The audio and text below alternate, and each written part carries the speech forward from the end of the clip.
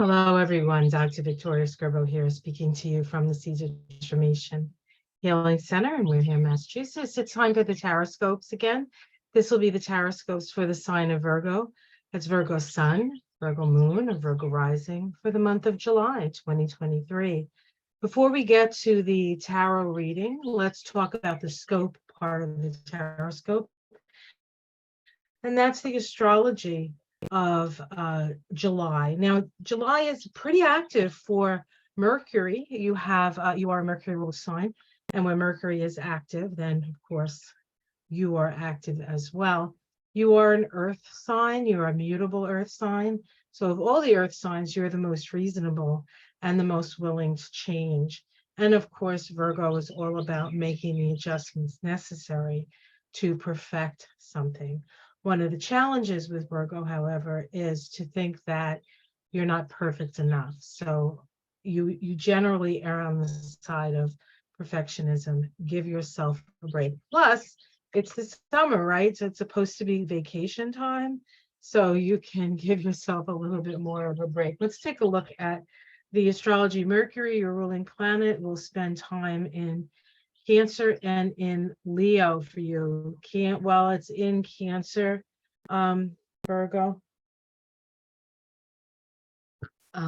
it's actually spending time in your 11th house of friends. And so towards the beginning of the month, you might find yourself spending more time with friends or with groups of people. As the month progresses and your Mercury moves into Leo, it moves into your 12th house, you tend to be a little bit more introspective. And it moves into Leo on the 11th. So the first 10 days of the month are a little bit more active, a little bit more social, perhaps, than the latter days of the month. The sun also moves through Cancer and Leo, of course, as it does every July. And so the sun is moving through your 11th house until the 22nd, and then on the 22nd, it moves into your 12th house. So that's really when things, sort of like you're preparing yourself for your birth month to come up, right, Virgo? Venus, the planet of love, is in Leo, which is your 12th house. Leo, Venus loves being in the 12th house. In fact, the natural ruler of the 12th house, Pisces, is where Venus is exalted. And so there's a sense of benevolence. Now, Venus does go retrograde, and it will be happening in your 12th house. That happens on the 22nd. She's going to be retrograde for a while, I think 40 days, and then she's going to move forward. So she spends a lot of time in the 12th house for you. In fact, she's been in the 12th house since she moved into Leo last month. So we're looking at connecting with spirit. We have a full moon in the sign of Capricorn with the sun in Cancer. That is your Capricorn for you is your 5th house. So it's your creativity. So it may be a time for you to express your creativity, or your creativity gets expressed. That happens on the 3rd of July. And it is the axis of love. That's that 11th and 5th house. So it could, again, there's a lot of energy of friends this month for you. So have a good time with them. Mars is in Leo until the 10th of July, when it moves into Virgo and then moves into your 1st house. So as far as your energy, you're going to feel more energized. Mars has been sitting in that 12th house now for a little while. And sometimes Mars can get a little lost in the 12th house, but once it moves into, but it's also very creative in that 12th house, especially in Leo. So even though it may feel like you haven't had a lot of energy to do things, there's been a lot of creativity behind the scenes. Once it moves into your 1st house, I think you're going to feel that creativity start to manifest for yourself. So that's a good deal. Jupiter is in Taurus, of course. That is your 9th house as we go around the zodiac. And so this is a good time for you to learn something new. especially with Jupiter in Taurus, it could be you could learn more about herbs, things like that, earthly things, or you could learn more about money and how to invest, or how to invest in yourself. You know, how to be smart about your money, how to help your money make you more stable. Okay, so that's a possibility as well.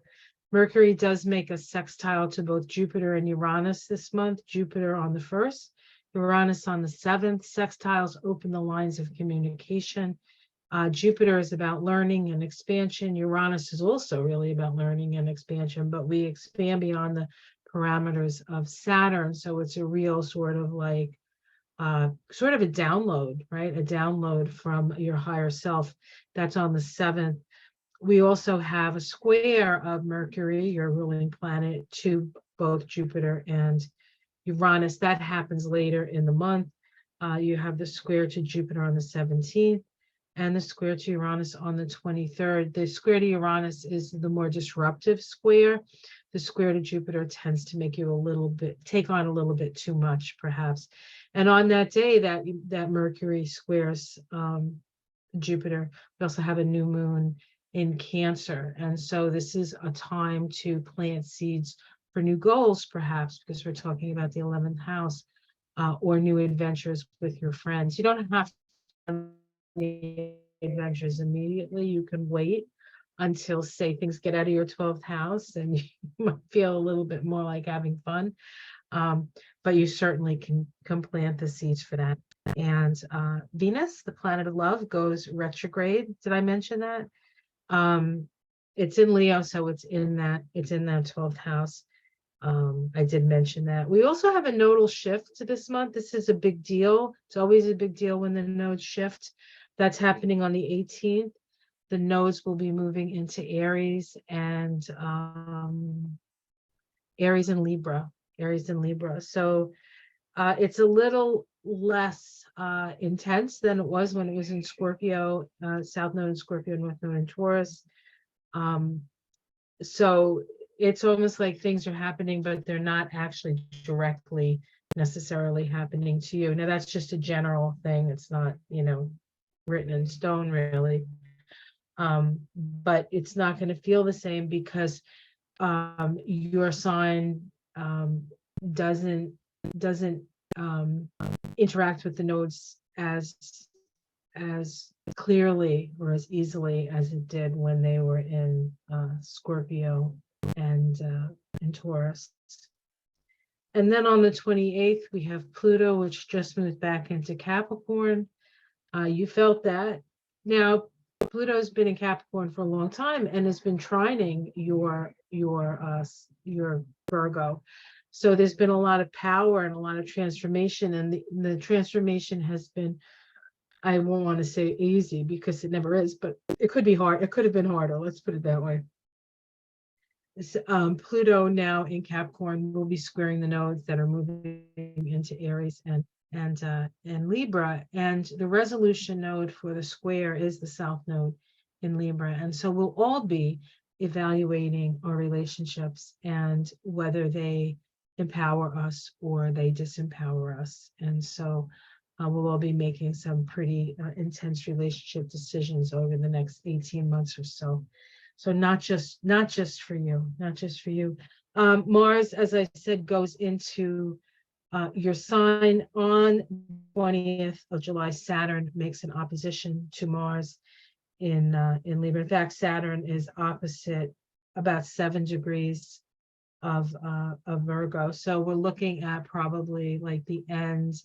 Virgo's born at the end of August and the very, very beginning of September. We'll be feeling that Saturn opposing their Virgo plan, their sun anyway, and with Mars there. So there can be a sense of having to stop something or slow something down, and just taking it slow. And of course, that corresponds to a certain extent, that corresponds to the sun being in your 12th house anyway. So you need to take it easier around that time. All right, so that's what I see astrologically. Now let's take a look at the cards. I'm using the Tower of the Spirit, one of my favorite decks. And it's like one of the decks that when I do my own cards, I use this deck. It's got a lot of, it's a great deck, and it's got a great book that comes with it, Tarot of the Spirit by Pamela Eakins. A lot of Kabbalah in it. All right, so, or it's actually based on the Kabbalah, the whole deck. So what does Virgo need to know for the month of July? What does Virgo need to know?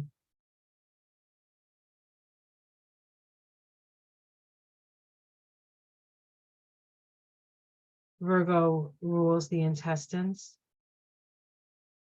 the colon, the gut. So watch your gut. Good to practice good gut health. You know, watch what you eat. Make sure you take your probiotics if you're so inclined and if you need to. It is our immune system. So if you're having immune issues, it can be coming from your gut. All right, let's see. Ooh, the Three of Water, Streams of Love. I love this card. This is the Three of Cups. This is about joy and happiness and celebration. I did say that you were having some fun with friends at the beginning of the month. So there's the fun with friends. In fact, the vibration of this card, which is a 43-7, is the same vibration as the word friendship. So there's always a friend, a friendly energy with the Three of Cups. Challenging that, the 10, oh, geez, sorry. The 10 of fire here. Too many responsibilities, too many responsibilities. If you're not having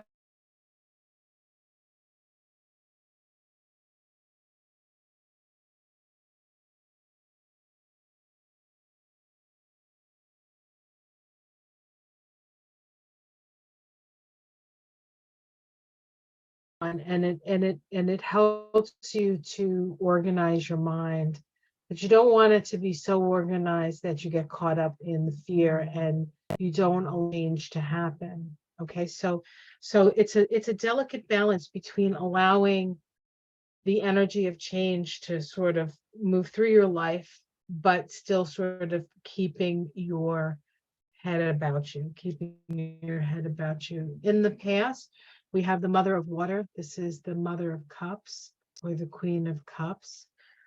This could be your mother, nurturing figure, somebody in the past, could be a grandmother energy. So you know how to find the serenity. You've felt the serenity. So if you need that place of serenity, you know how to get there.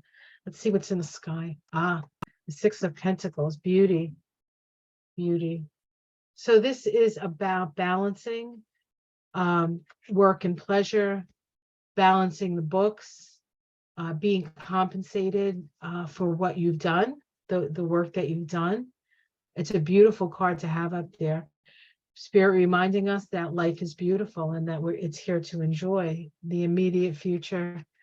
This is the card for the month, right? The 10 of Cups, Fountains of Love. So there's a lot of love here. There's a lot of love. If anything is getting in the way of you experiencing the joy and the love, it may be that your habit of taking on too much, and perhaps your habit of waiting for the other shoe to drop. Let's see what is, how it's seen from the outside. That you're a bit anxious, but that you really don't have to worry. Like you're worrying yourself into, you're worrying yourself. There's really nothing to worry about. A domestic situation. Now we have the Father of Water. So we have more water energy. This is very healing. It's very sensitive. There's a lot of sensitivity. With all this water, what I would say, with all this water and this at the bottom here, when you see the tornado here, if you live in an area that is prone to tornadoes, I would be or flood, I would especially be careful. That I don't want you to worry about this necessarily, but say, oh, there's a tornado watch Make sure you know where you are, where your thing is, where you can go. Just be prepared. And of course, who am I talking to? I'm preaching to the choir. You're a Virgo. You're prepared for everything, every eventuality. Virgos are kind of the scouts of the Girl Scout, the Boy Scouts of the zodiac.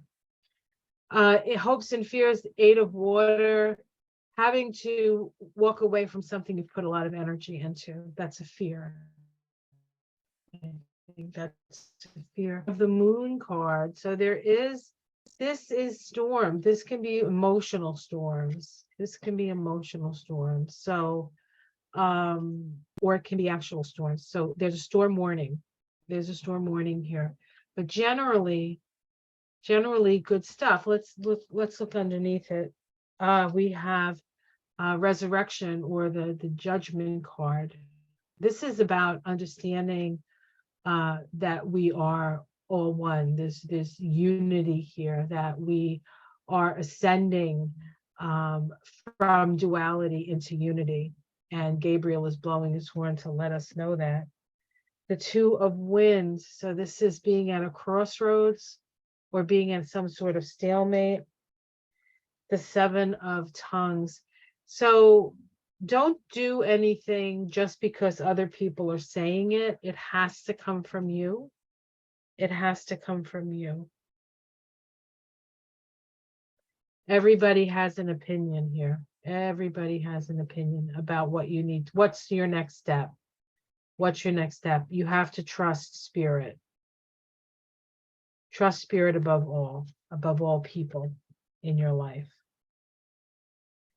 Oh, interesting reading. All right, guys. So let's pick a Spirit of the Wheel card to round this reading up. See what that says. Just give me a second to collect all the cards and not inadvertently shut my computer off, which I've done a few times. All right. Let's put those in. Just give this a shuffle for the next time. Here are the decks. There are the decks. Just one more. I will pick it. Okay, here we go. Put it back in its special angel box that I've had for years. I think I got it at the Renaissance Fair. Renaissance Fair.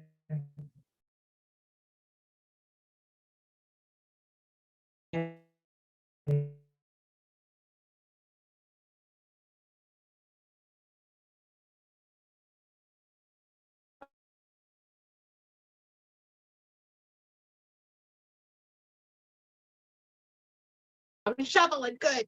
I'm being very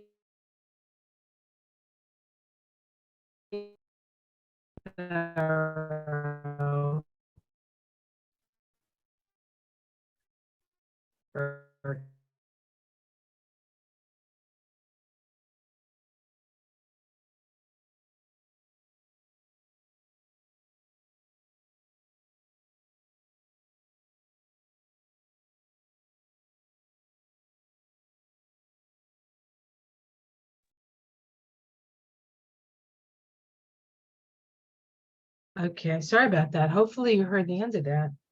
It just dropped right off. But we're looking at the Spirit of the Wheel, and I selected this card here, which is the Stone